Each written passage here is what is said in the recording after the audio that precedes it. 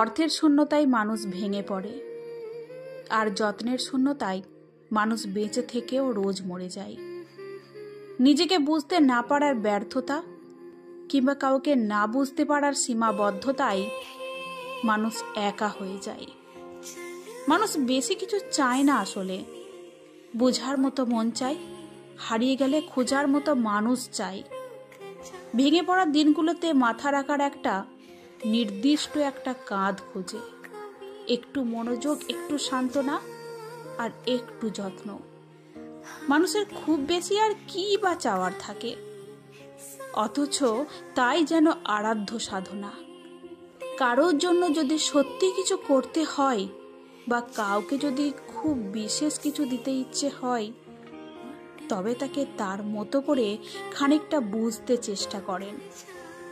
অন্য সবার মতো অল্পতেই তাকে জাজ করবেন না। এইটুকুই তার জন্য অনেক বড় পাওয়া হবে, অনেক।